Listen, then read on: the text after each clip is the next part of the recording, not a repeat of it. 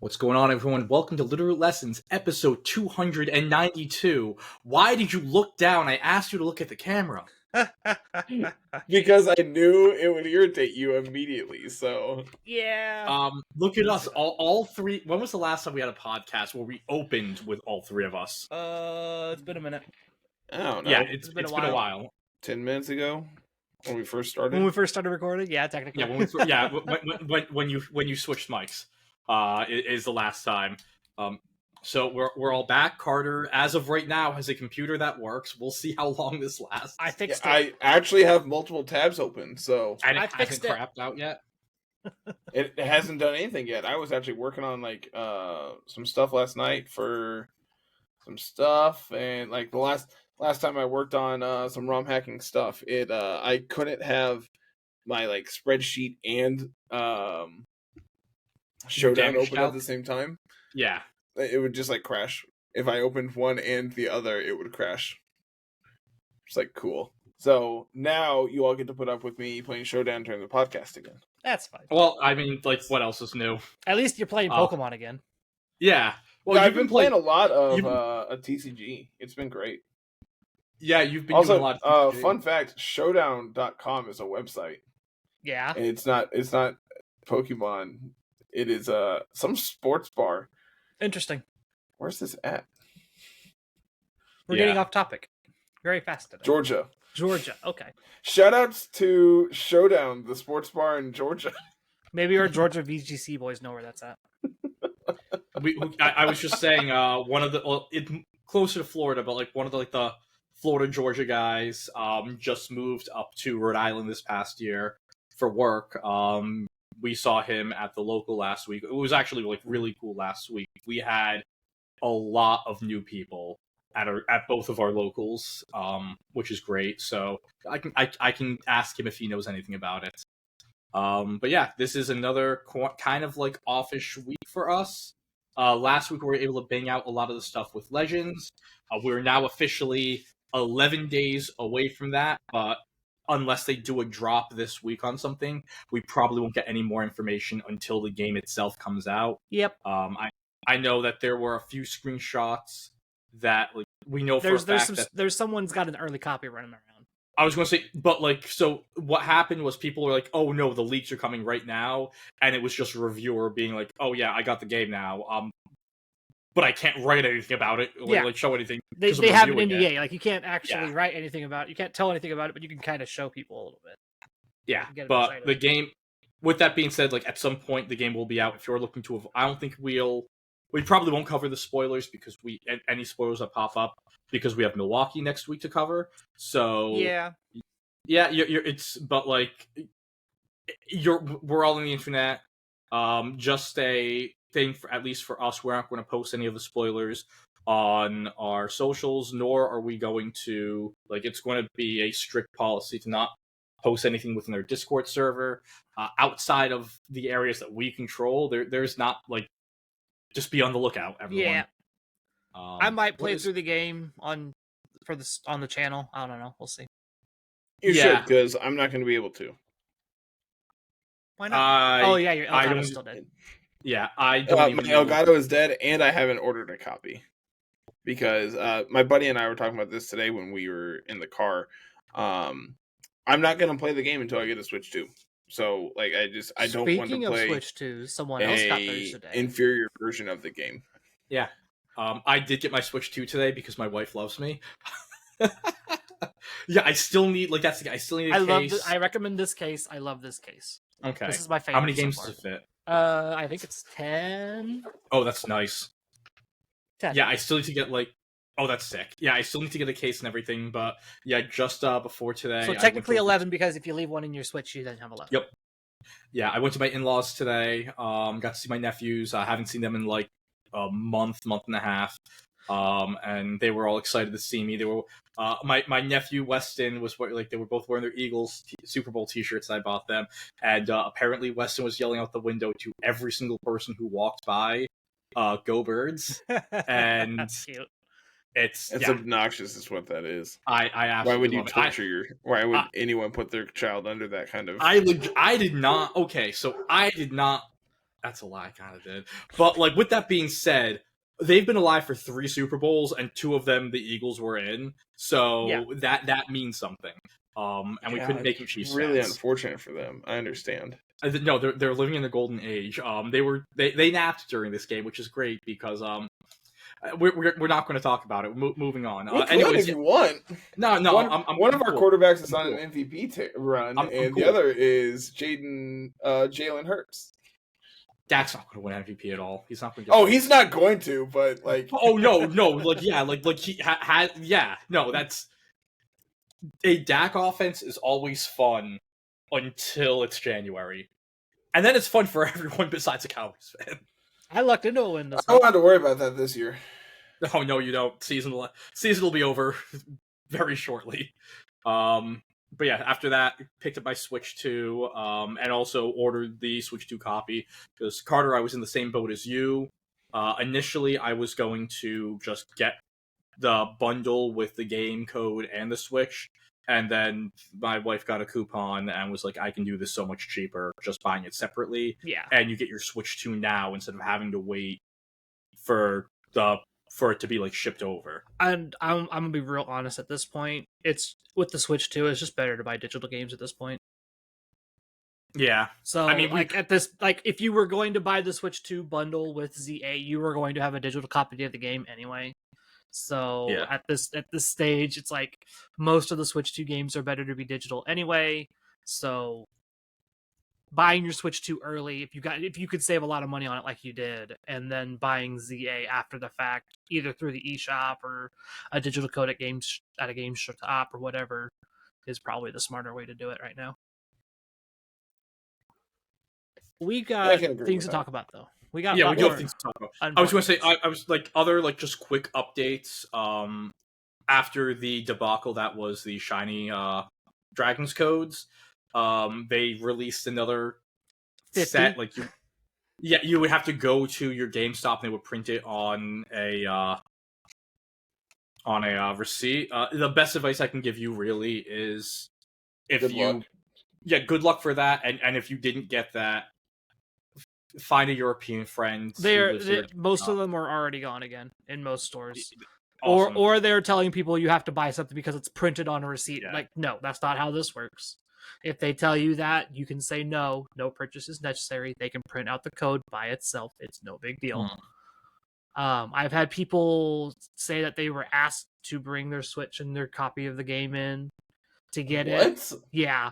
I'm like, guys, I understand you're trying to make sure people who get the codes are going to use the codes, but you gotta play by the rules that Pokemon set out. You can't force people. Who's gonna bring their Switch with them to GameStop if it's like 45-minute drive? I'm not bringing my Switch to Sedalia to go to that game store. Like, I'm not doing that. Good though. I could, but I'm not going to. That's just a waste of a drive for just the code. Which, if I want to save the $5 or whatever, I can go do my pre-order for ZA there. But yeah, I might just buy it digitally. Yeah, no. What we ended up doing is we ended up getting a coupon. Was able to get like everything was just cheaper to buy it separately than even the bundle for us. So that'll be entertaining. I actually don't even know if I'll be able to play it the day it comes, like the weekend it comes out though, because that's the weekend of my Scarecrow Festival. So I will probably be running a festival. I will probably be running the weekend. Pokemon or whatever else you have going on.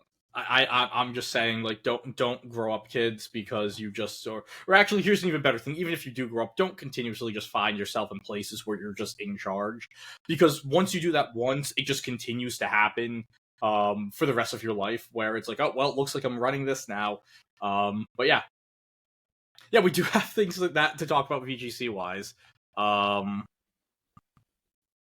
going to be moving on to some team coverage because, again, Milwaukee's this upcoming weekend. Yeah, it'll be our first regional since Pittsburgh, and there's been a few changes. A lot of cool teams, a lot of different teams popping up. I'll let y'all pick. Which one do you want to pick? Tell me. Let's do a weather team first. Your favorite one, Carl. That's what I want to cover. My favorite one. Oh, yeah, that's easy. Okay. because this is the team I've been playing, and I'll probably take to a local on the 18th if I go. It's the Scarf Pelipper Rain team. This is James Evans' Rain team. If for those that have not seen it, I believe it was top 16 at Pittsburgh. Whole lot of fun. Some really cool tech on here. Things like the Terra Fighting Goldengo with Terra Blast, Whimsicott acting as your Tailwind setter instead of this Pelipper, so you can run your Choice Scarf and have some cool Icy Wind Muddy Water shenanigans. Where we opt for a more offensive Archaludon instead of the bulky Stamina, using Power Herb and Electro Shot with Terra Electric. Assault Vest Incineroar kind of fills out the little fire, water, grass core that we have kind of building up here with Whimsicott, Basculegion. Yeah, it's a lot of fun. I played this to second place in our first ladder tour. Won all but I played like 4 games and won 3, and that's all I had to play. It's a lot of fun. I like it a lot. Yeah, no, I think one of the really cool things about this team, first of all, like the overall fact that this team works amazing in the rain, but you don't need it to play in the rain. This is very much a rain team without having to be rain. Yeah. The fact that you're the fact that you're the Power Herb Sturdy Arch means that you can go 252, 252, guarantee outspeeding every single Goldango that isn't Scarf. And one of the really cool things is that Terra Electric Electro Shot will one-shot Goldango. Unless they go into a Terra type that resists electric. Assuming again the more minimal bulk Goldangos, and that's kind of like what we're seeing. You can also play it's the adaptability Basculegion instead of the Swift Swim. So again, while you do like the rain to just add on even more multipliers, outside of rain, you're still hitting really hard. You can just play this as a non-rain hyper offense team. Go Whimsdango with like Arch Incin or like Arch Basque in the back. And because you're both Sturdy and Focus Sash on the Basculegion, you have 2 Pokemon that your opponent needs to really like invest into that spot to attack.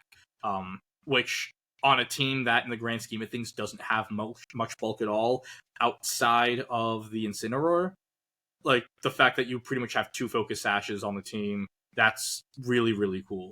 Yeah, this team is all about making sure that you try to move first and hit hard. Like those are your 2 main goals. You don't pivot a whole lot. A lot of the times you'd rather something get knocked out so you can bring in the Basculegion or Archaludon that's hiding in the back. Or the Goldengo, depending on like how your team is set up.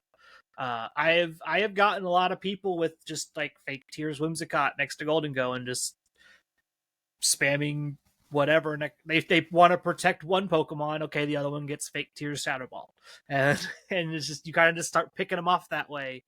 And what the fake Tears on this team is what makes this team kind of like pop a little bit more, in my opinion, because you do have 3 special attackers that all will be hitting hard and going fast in some shape or fashion, depending on how your what your turn setup is with the Whimsicott.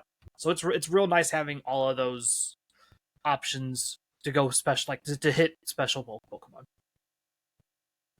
Yeah, I think one of the other cool things is just like on a team like this, really, when you look at the 6 as a whole, you're like, okay, you're swapping out your bulky grass type on the more balancy rain teams that we're very used to seeing. We'll talk about that in a second. Gorilla, for this Whims, but then you're looking through the items like, okay, well, we have, again, this isn't the AV Arch we're used to seeing. This isn't the banded Swift Swim like Basculegion. And of course, this Pelipper, it's not the Protector Wide Guard with the Tailwind and everything. You have Icy Wind as your speed control. Along with the Tailwind on Whims, but you're just going really fast. A lot of Pokemon, or a lot of players will tech their Pokemon to outspeed like Modest Pelly or Timid Pelly. Mainly, I think one of the things that we've seen is people doing that with like their Incineroar mainly their Rillaboom, is making sure that you're like at least outspeeding the modest Pelly, if not timid Pelly. Now, like, you're just fast. Yeah. Choice. I Timid believe Pelly Choice Scarf. with Choice Scarf. It's 192 is the number. So you outspeed Sneasler. Yeah, we outspeed And that's Sneasler, which is really important. Yeah, no, like that's actually really the only thing you have to worry about outspeeding. And yeah, you outspeed Sneasler and just throw an auto hit Hurricane into that spot. Yep. The hell are they doing? Let me tell you, Scarf Muddy Water is a hell of a drug, man. It's really fun just to sit there and spam Muddy Water in front of people. Getting random accuracy drops. I had a game where it mattered. I got to Muddy Water in front of a King Gambit, and it was already +1, so then it went to +3, but it could not hit a low kick to save its life. And I picked it up the next turn with another Muddy Water. It was great. Yeah. No, I think this is a really cool team. It shows like a different way. Like again, just it is a change in a Pokemon, but just on a lot of these other mons, just how changing a few items and abilities on a set archetype just completely changes the entire way on how it plays. Yeah. And I think that's just really neat. Let's go to the other rain team so we can stop talking about rain after. So we can not continue this. Yeah. Regular standard rain. This is the Sinistcha rain team. We've got Pelipper, Archaludon, Basculegion, Sinistcha, Incin, and Ursaluna. Nothing really crazy going on here. It's kind of what we've seen coming out of most of the metagame so far. The Terra type on Archaludon kind of fluctuates some. The Terra fighting ones I thought were really, really smart. I really like the Terra fighting as well. Yeah, I think that's something we talked about a couple weeks back, Carl. Which is like how good Terra fighting seems right now.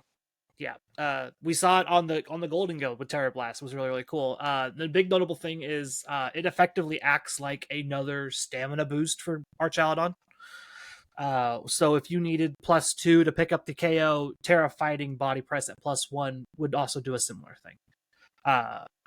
Little things like that was really, really powerful.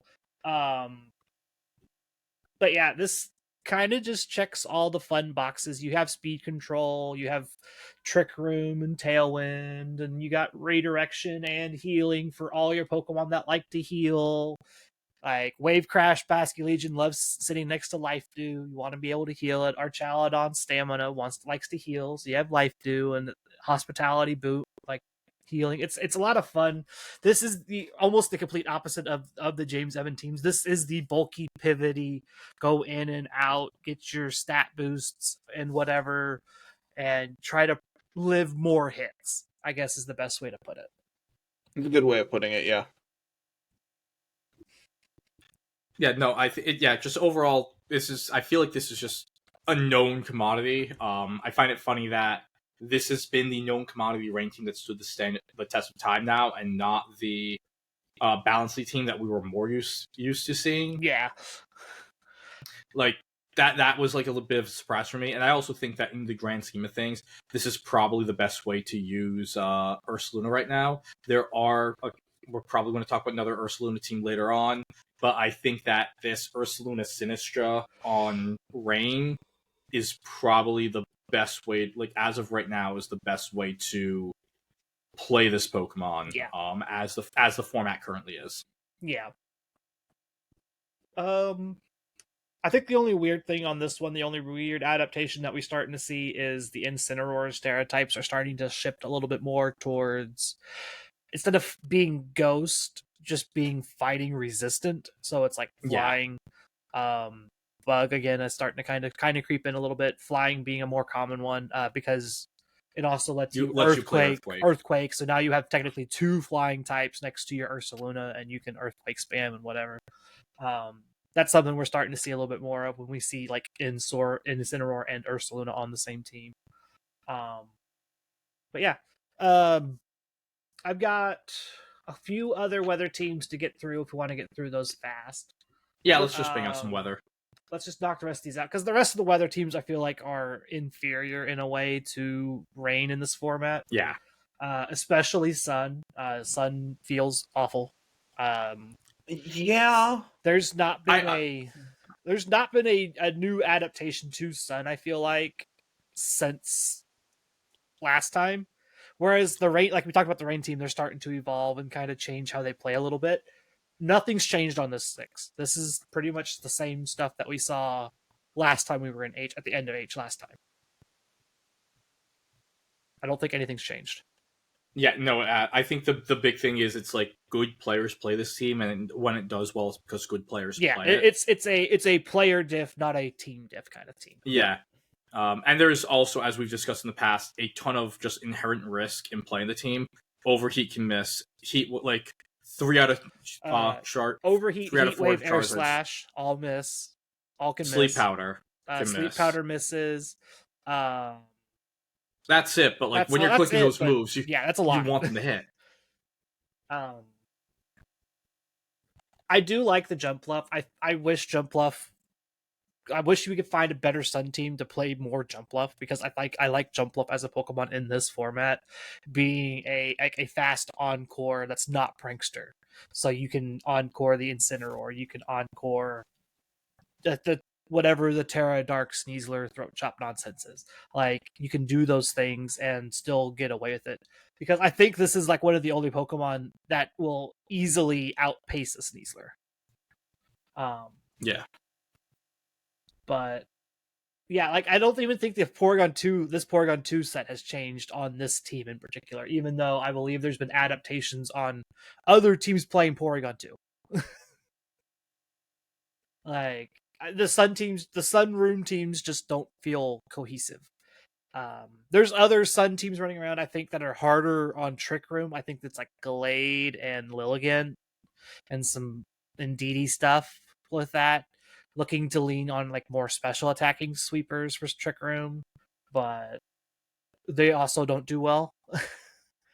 And I know it's not a Trick Room thing, because Trick Room is still fine in this format. Like, you see Trick Room on Sinistcha a lot, on Indeedee, on other teams and things like that. So I don't know if it's just the Sun team is just bad. I think that's a big part of it. Like, is the Sun mode not good enough in Reg H anymore? Is that what we're saying, pretty much? I think so. I think so, especially because like I feel like a lot more teams are using a ground mode on these Sun teams as well.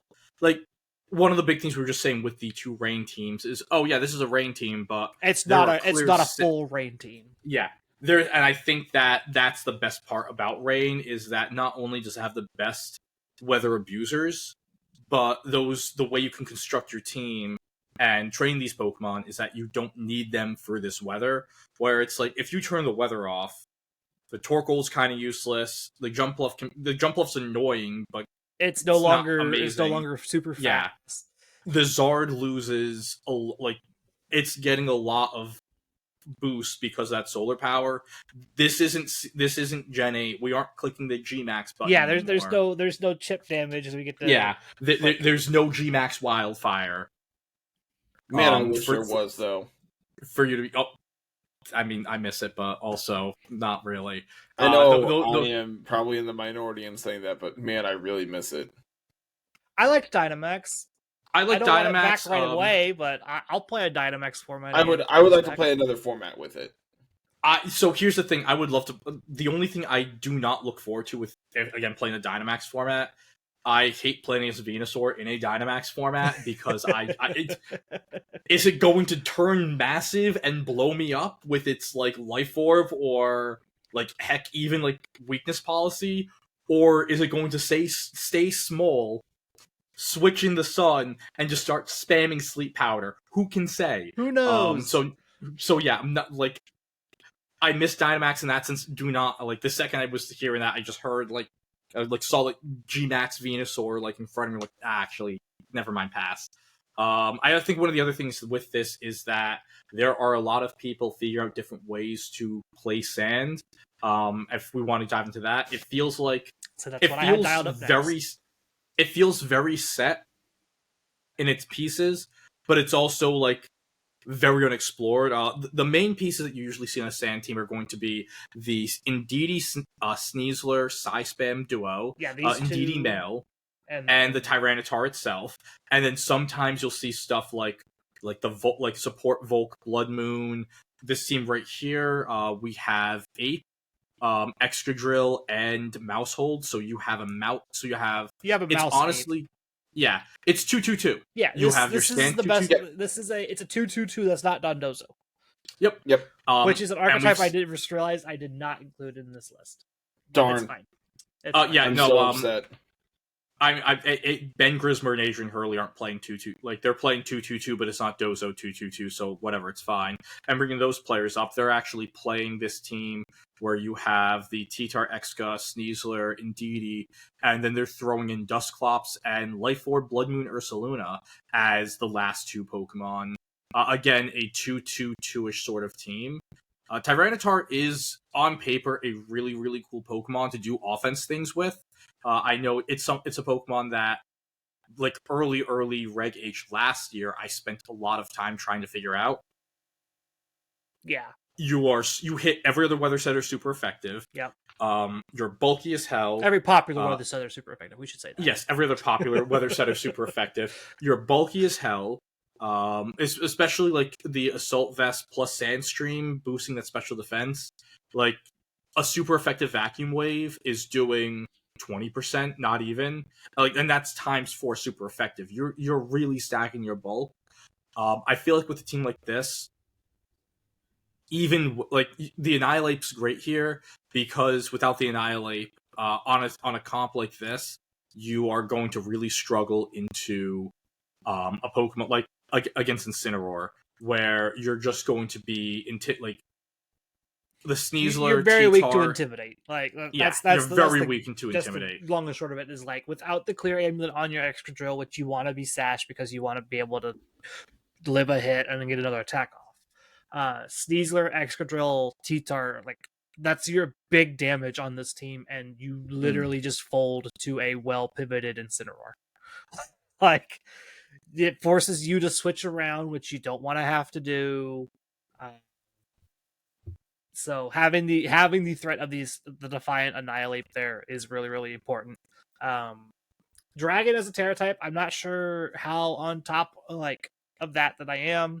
They've been doing Water Witch. I haven't liked too much as a Terra type for Annihilate here lately, just because like the Archaludon teams force you to Terra, and then because Pelipper's going to hit you, and so then you Terra into water. Well, now you just die to Electroshock because you can't bulk up away from Electroshock. Like, yeah, and I think that's the idea with the Dragon Terra.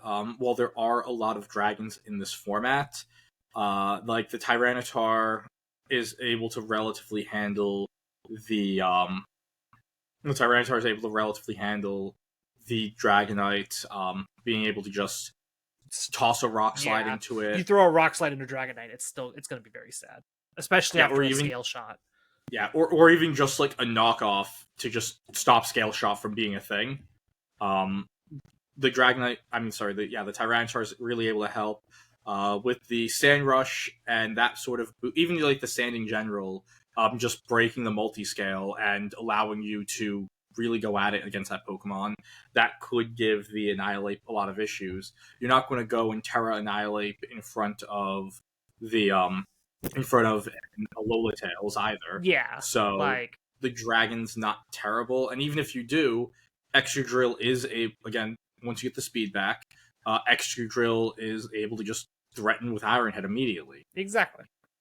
Yeah, so I think it's a really neat Terra. Using Dragon as a Terra to just handle like a lot of these teams that just have like the Elemental, Fire, Water, Grass backbones, and just be really defensive into those is really cool.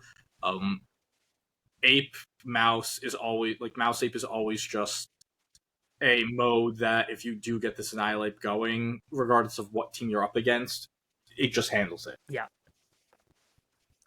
You want to go to the other Sand team I have? Sure. You talked me into it. I'll let you do that. This is the other this is the more bulky.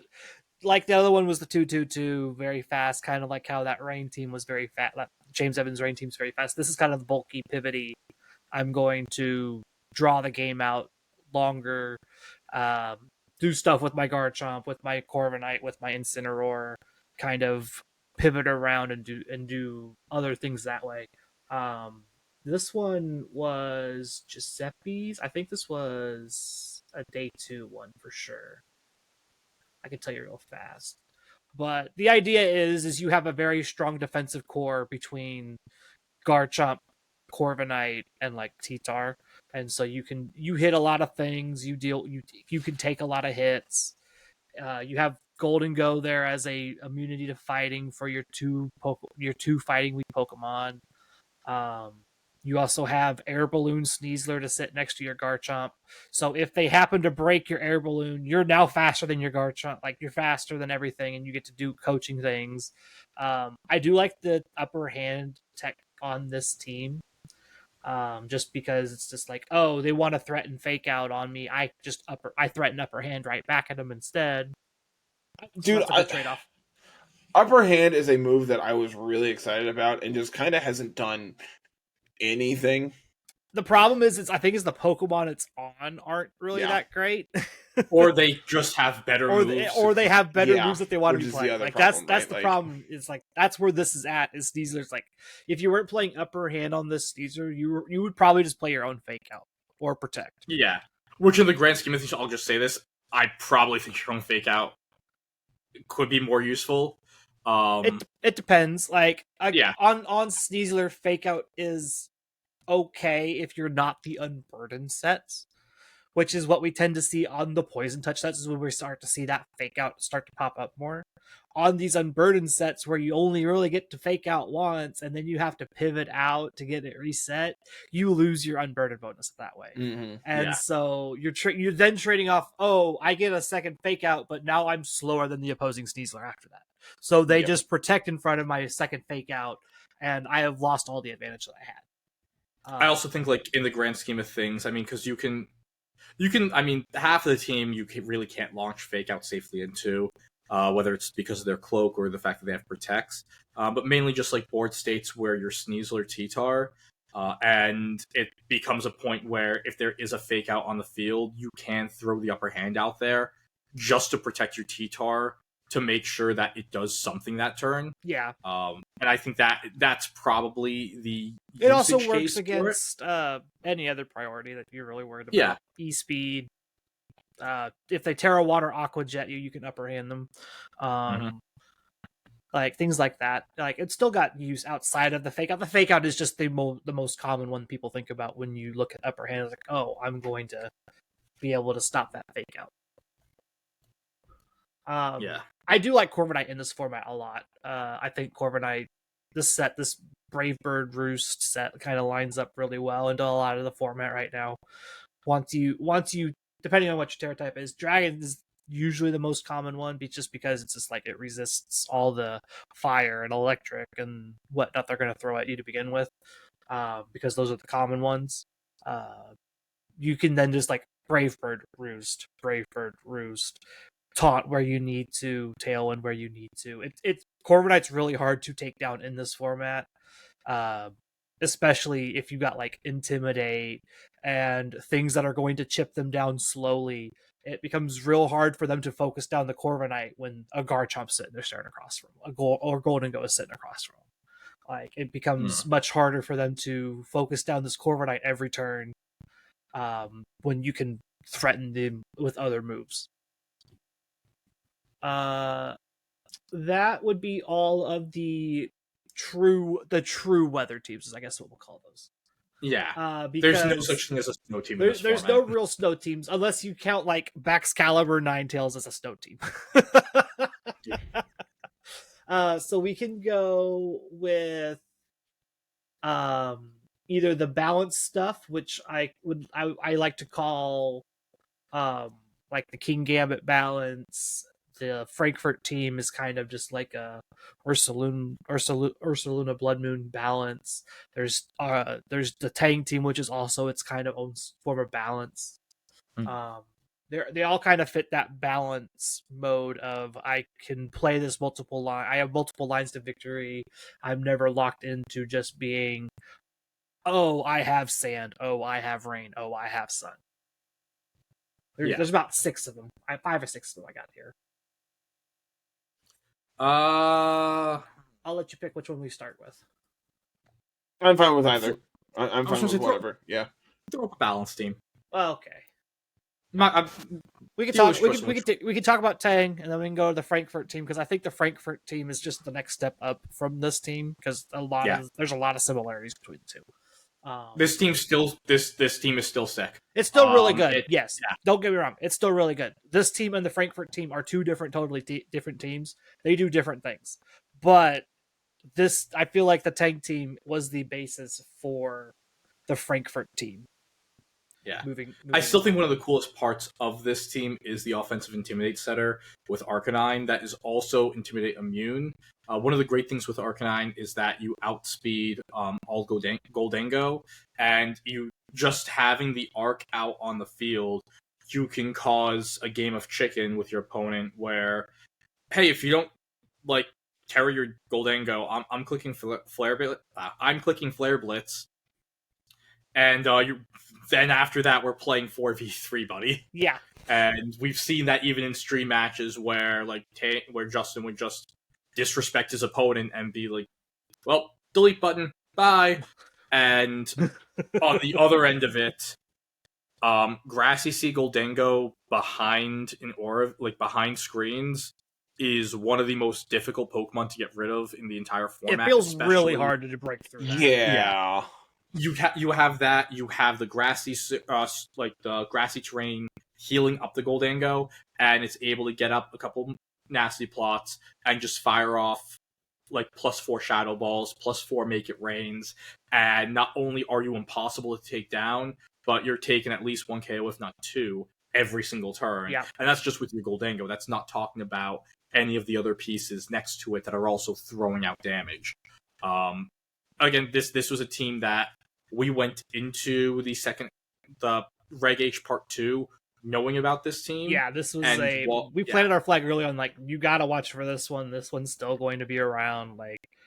This is probably where the format starts from and works its way out from, which it effectively did. It kind of did. When we go to the Frankfurt team, you'll see it.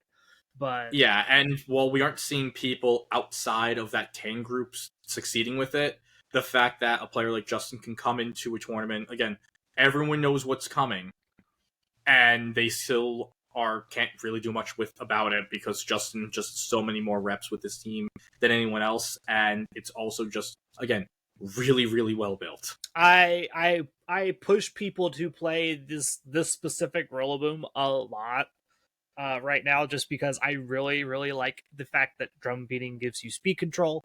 Yeah, I really am a fan of the when you are not playing Miracle Seed, Woodhammer feels like you miss more KOs than you pick up, and then you're trading a lot of your bulk HP for those missed KOs still.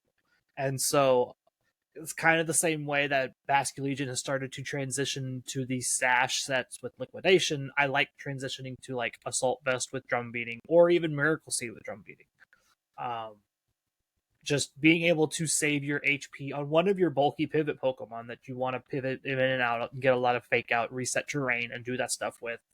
Having that extra HP from not damaging yourself with Woodhammer, unless you are know that you're going to play that more offensive, higher attack stat Rillaboom and try to pick up KOs that way. I really prefer the drum beating sets. Yep, 100% agree. So that brings us to the Frankfurt team, which this is Jeremy Cote's from Pittsburgh. It's still carbon copy Frankfurt team. This is exactly the same 6. I don't think anything changed.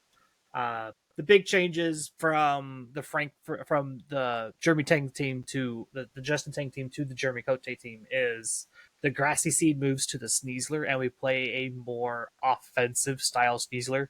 We don't worry about going for Dire Claw. We don't worry about going for status. We are focused on, we have acrobatics, we have close combat, we are fast, we can hit you hard. That threatens a lot of Pokemon. And so Swords Dance is kind of just a freebie. Oh, you protected in front of me, I get to go +2, and you're going to die the next turn now, regardless.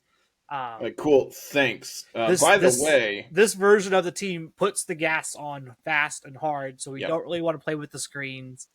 So we swapped for a more aggressive kind of speed controlling Ninetales, playing around with like Disable.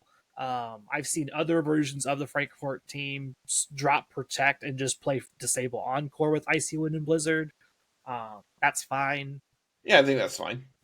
Like the other big thing is this Terra Electric Blood Moon, which I know Ro's been dying to talk about this for I think 3 weeks now.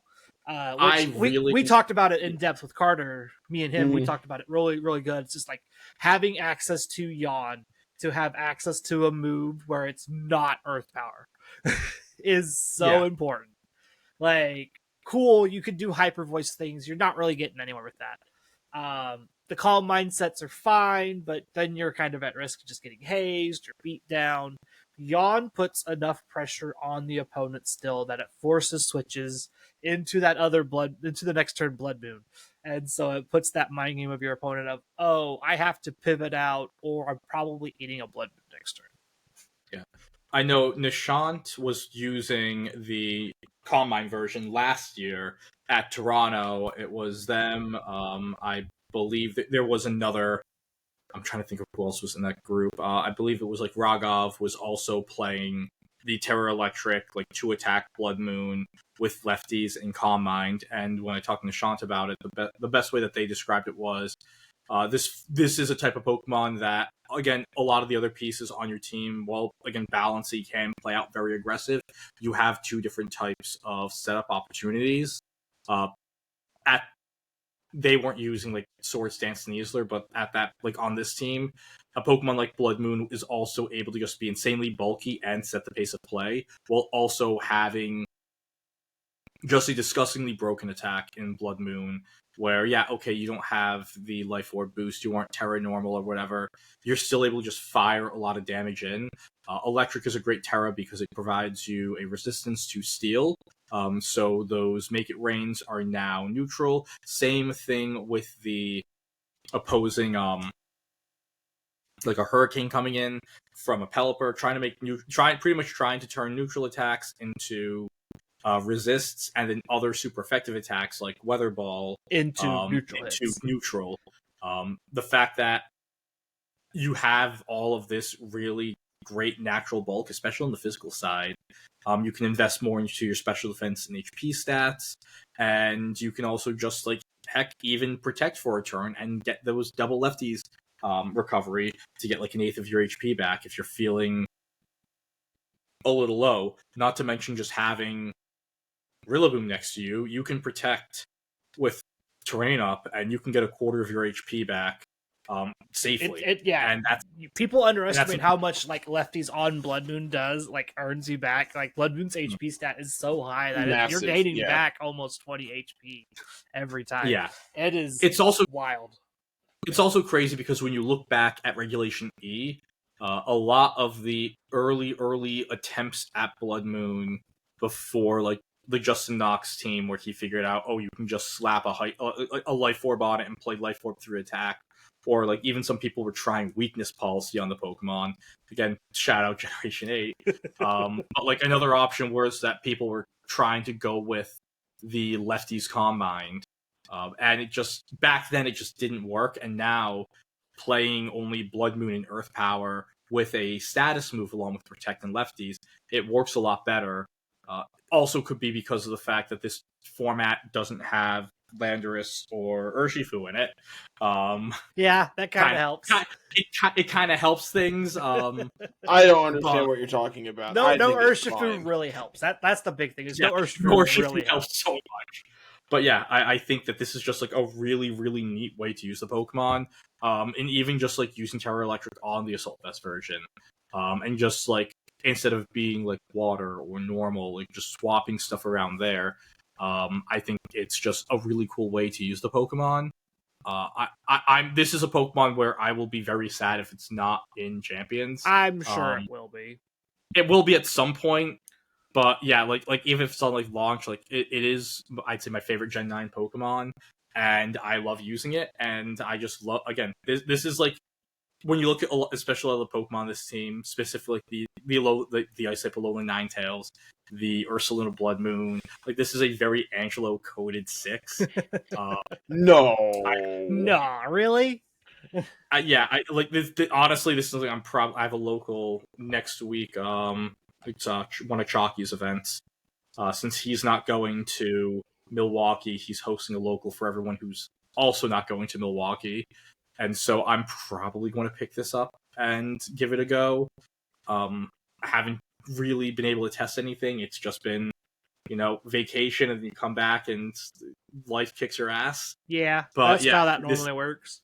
Yep. But yeah, this is a team that I'm very, very interested in, and it's just doing insanely well. Last week it had like 5 or 6 spots in top cut at VR. Yeah, like this has become like what I was mentioning earlier. Like this is the evolution of the Tang team. Like this is the next step up for it, because like we've said, outside of the Tang build group, no one's really showing up playing well with this team.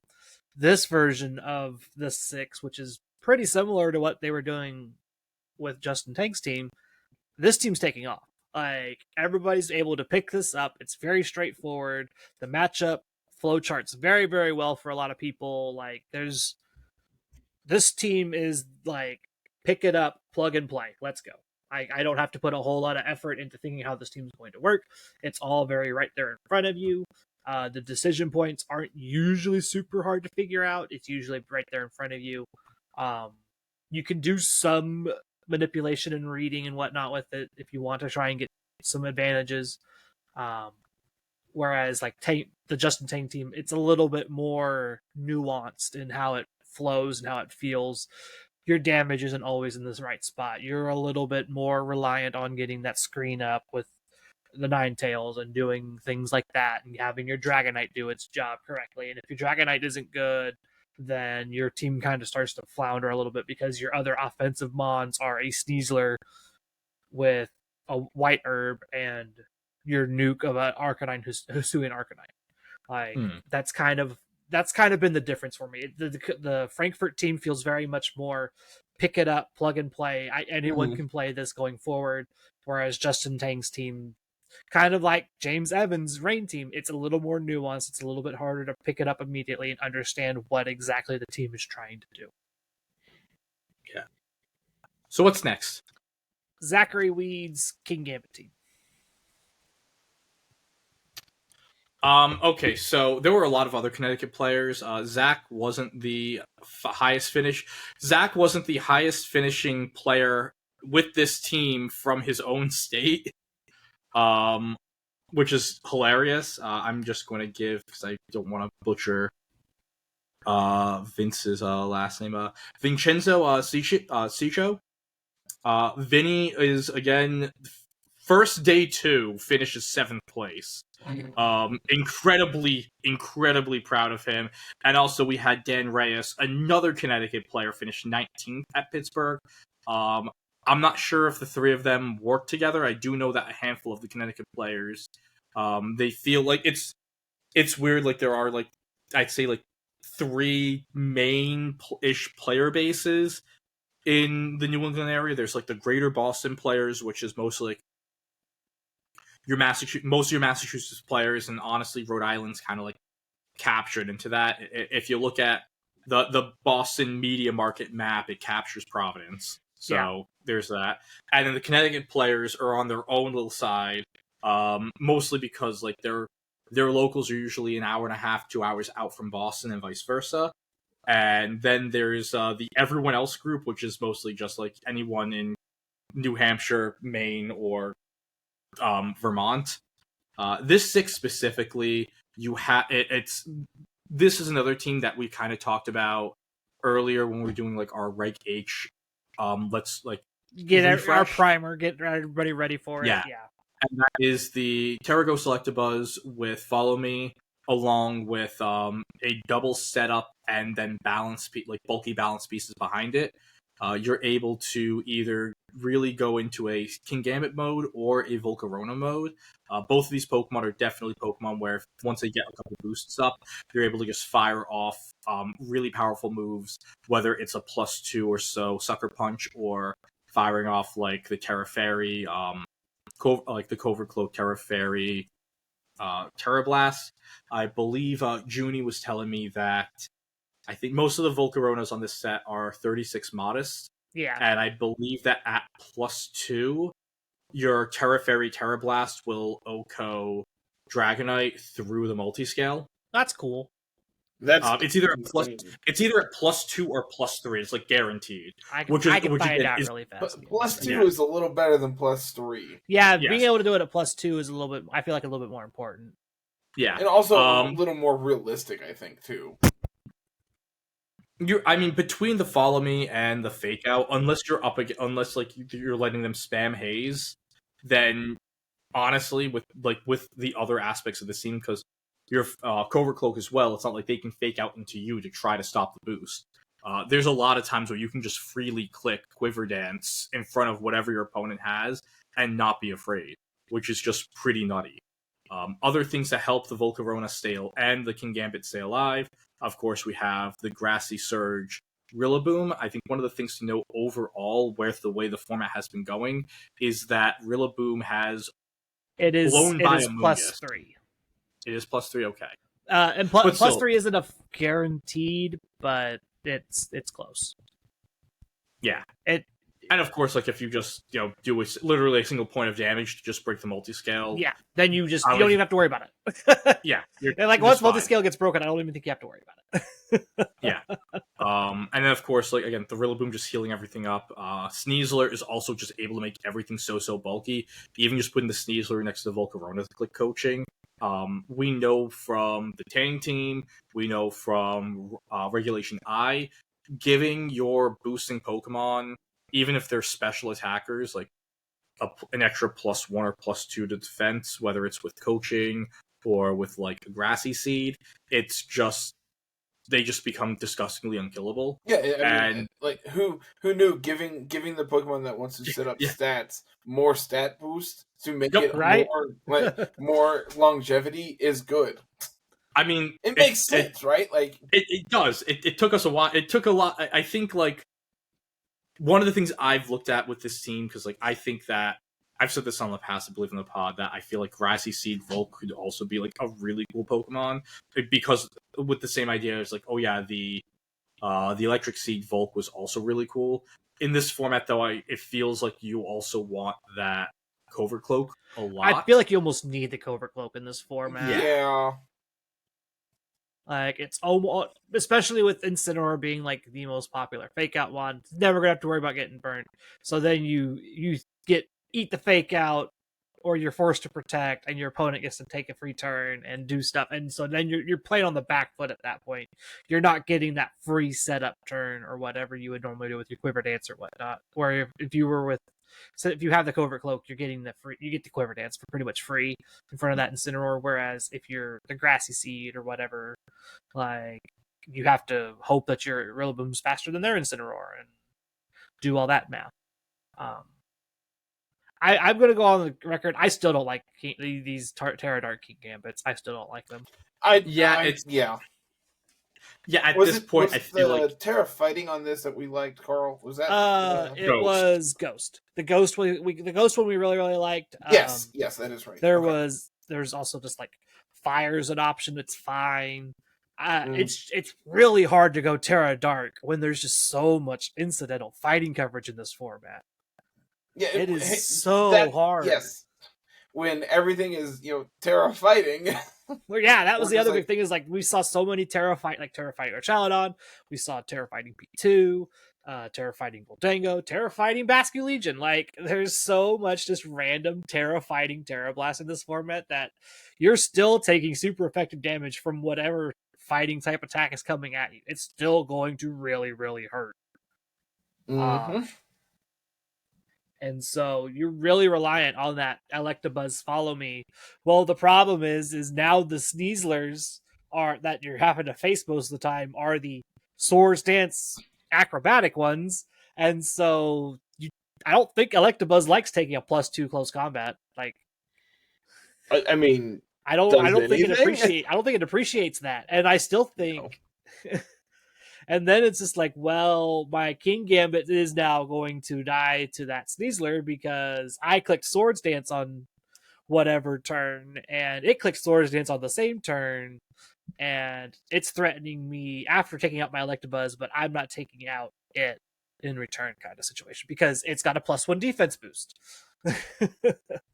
So it's not -1 defense for Sucker Punch to pick up. It's now neutral defense, and so now you have a harder time still doing that. I think Terra Dark Black Glasses is probably the way of the dodo, and I think there's just better sets out there to play. Yeah. Okay, what is next? That means we have Hug, which is the Hydreigon Porygon to Ursaluna, whatever. I think this will be a quick one. It still is doing stuff. Like, somehow is still popping up and doing well.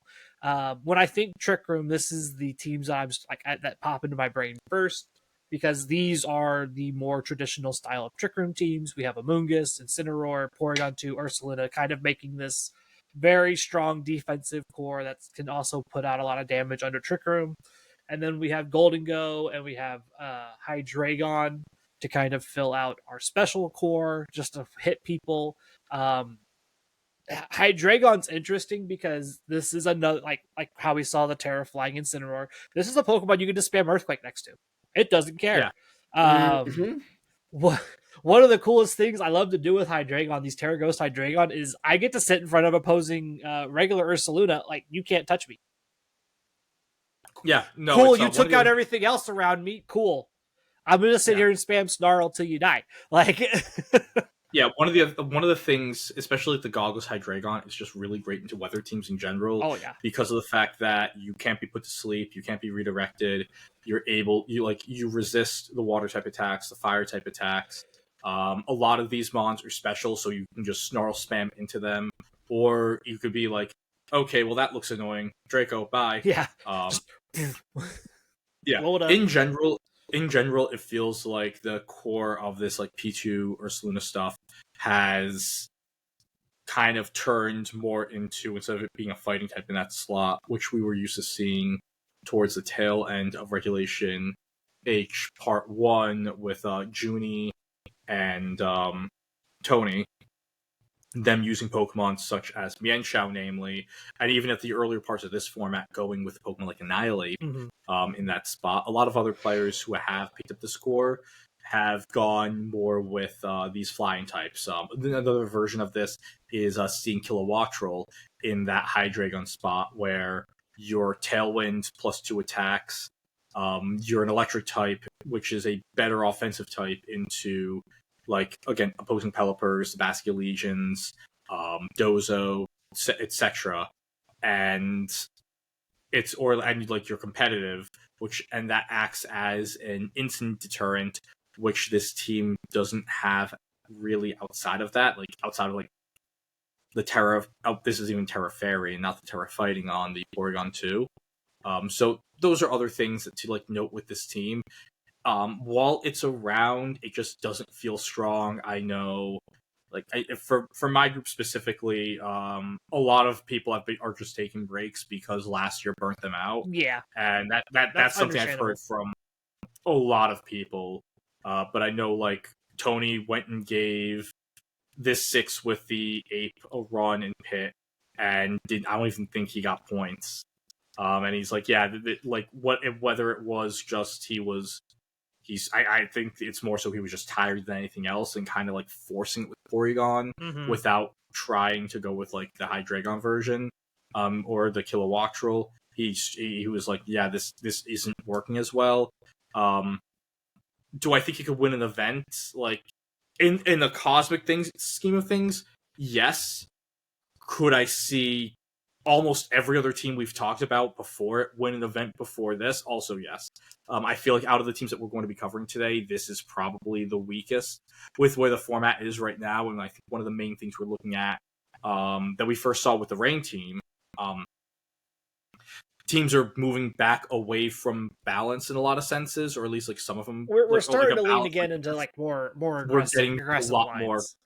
Yeah, and a team like this just sometimes just doesn't have the ability to live through these hyper aggressive modes that other teams can go at it with.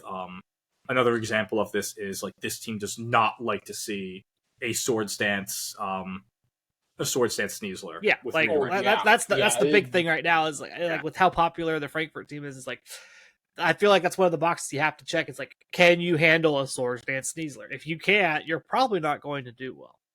I also feel like this team, maybe it's just like looking at it, but this team feels like it struggles against Sneasler in general.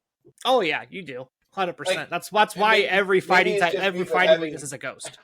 4 fighting weaknesses is not good when the that's why 3 of them are ghosts. That's why all 3 of those big ones are ghosts. Yeah. Like if you're pouring on 2, I think your pouring on 2 can live a close combat from. Most likely, if I was a betting man, I would agree with that. From not boosted Sneasler. But you also just have the Terra Fairy to Terra Blast and do whatever with. But yeah, like this team definitely has like a Sneasler problem. That's why we have the Pokemon options that we have of like 3 Terra Ghosts, a Golden Go, an Amoonguss to redirect to close combats. Like that's why those options are there. The downside to that is, well, you only get 1 Terra, right? Yeah. You just call it right and you'll be fine. But if your other 3 Pokemon are Golden Go, Porygon 2, Amoonguss, exactly. It's just like you Terra'd your Ursaluna in front of the Sneasler, you're going to have a better time. Yep. That leaves Chuppa's team. Yep. The winner from the last regional that we had. I feel like this is this specifically is just another iteration of the Doug Core. That was a trio that we were looking at going into the season, and the original version, or at least the very popular version of that team, was the AV Blood Moon Ursaluna. Usually it was a Goldengo with a Life Orb, and the Terra Fairy multi-scale Dragonites.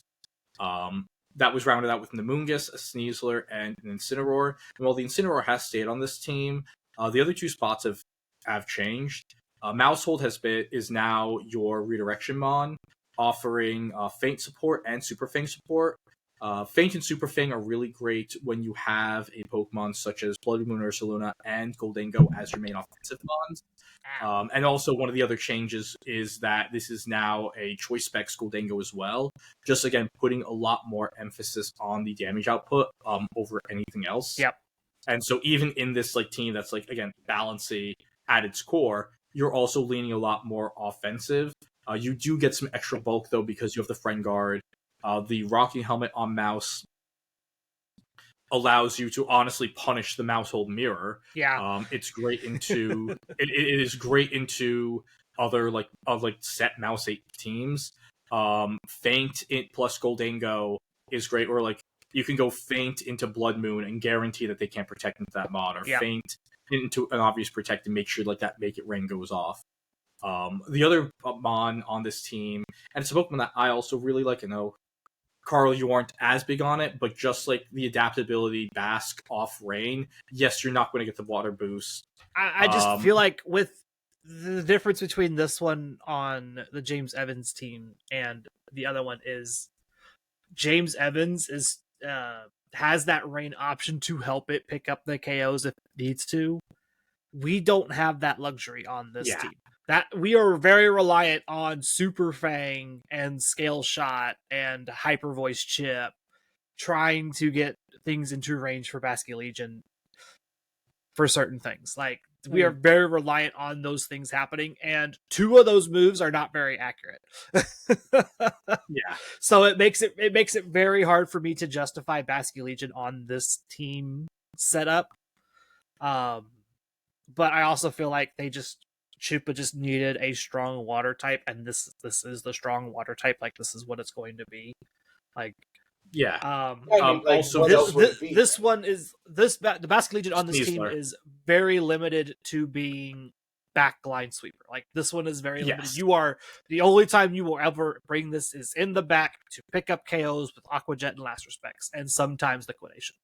No, Angelo, I meant with like strong water type. Like what else would it be? Strong water type. What other strong water type would you put in that spot? Well, there isn't one. Exactly, the answer is right. Like the answer is Urshifu. Urshifu would slap on this team. Yeah. But we can't use Urshifu. Honestly, you could maybe throw solo Dondozo in that slot. I wouldn't be. Yeah, I could definitely see that. We know Chuppa is a Dondozo enjoyer. I'm sure they tried it out, and I'm sure it was not up to their liking, because solo Dondozo is a little bit more reliant on hitting those one-off fissures than you want to be. So the combination of just like Super Fang plus Liquidation might get you there with Dondozo, but I think Liquidation Super Fang with Basking Legion is a little bit more consistent.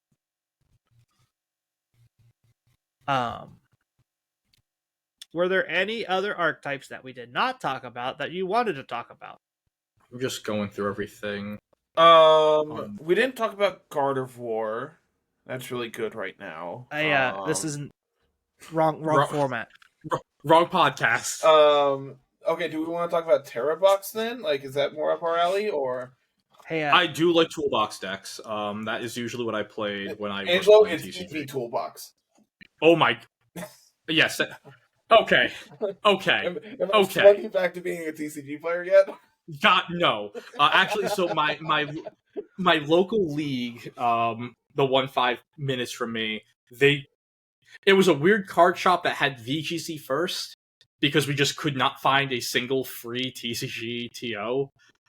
They just finally found one, so I believe next week is going to be their first like TCG league session, and of course, like I'll talk about it every now and again with Eliza, and I don't know. Angelo, if you have the opportunity to just borrow a deck, go play it.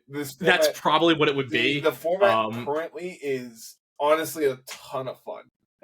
Yeah, the big numbers blow my brain up. Yes. You know, you just brought some. Has 340 HP. Yeah, I know you just bought some cards. I bought a bunch of cards lately. Oh yeah, he's bought a bunch of cards. One of the things Dad was like, "Oh, that Dugtrio." It was a Dugtrio from the Eru's. Yeah, it is it's from Aquapolis or Skyridge. I think it's Aquapolis. It might be from Expedition. But anyways, like it is 70 HP Dugtrio, and Dad was it damaged? Like, oh, yeah, is that what I saw, or is that just the light? It's got a crease. Okay, that's what I thought. Which is why I got it. Which is also why he was able to afford it. Yeah, that's what I was about to ask. The normal version of that is like 65. The Rev Hollow, they have it like 20 something, and that one, because it has that crease, they gave it to me for like, I think like 12. I'm like, yeah, I'll take it then. It is. I almost picked up a Dark Dugtrio because I love that art, but they're like $70. Yeah, I don't want to do that. Lily, quiet down. Lily is telling us it's time to wrap it up. Yeah, it is Expedition. Yeah. Oh, Expedition. Okay, but anyways, like the point I was making was like, I remember like Stage 2 Pokemon, like Gengar was 110 HP. Brother, I have a base set Mewtwo on my desk that has 60 HP. Yeah, no, it's like these Pokemon, they had no HP. Like I know, like the Team Magma's Groudon, which was like a big thing.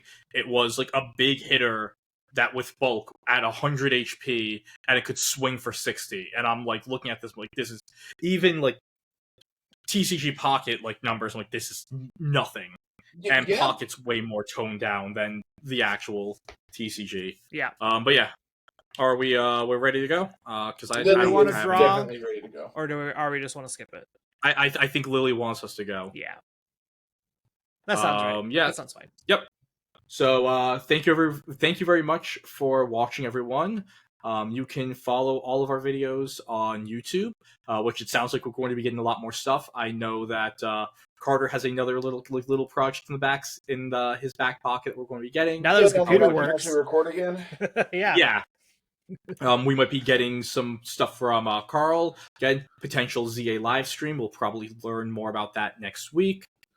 We can find all this on YouTube, and you can also find the podcast proper on all podcast streaming services, Spotify, Apple Podcasts, so on and so forth.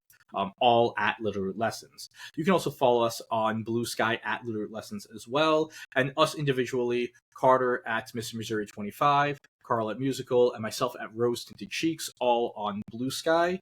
Join the community Discord. We were able to host 2 ladder tournaments this past week. It was really fun. For the next GC, we'll be throwing another one up. Once Champions is out, we'll probably be doing a lot more stuff. Maybe some because it'll probably be a lot easier to just get Pokemon, even if it's just rentals. We're talking like week 1 Limitless tours, Draft League popping up again potentially. Who can say? It'll definitely be more events because it'll be easier. Yes. There will be a lot more coming up. And also, are we doing like a goodbye Paldeus and Milshore, goodbye Galar, or are we just... Only if we're hosting it. I'm about to say... I'm done with this game. I was going to say, looks like we'll see you more with Champions for that. And question for the week, I was going to say... I'm going to do it this week. Which starter are you picking in ZA? Because I don't know yet. Totodile, 100%.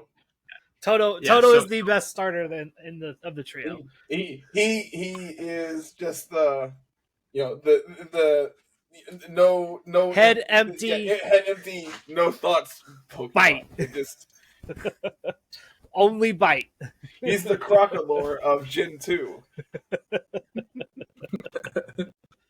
So yeah, just share that if you want, and we will we'll see you around, everyone.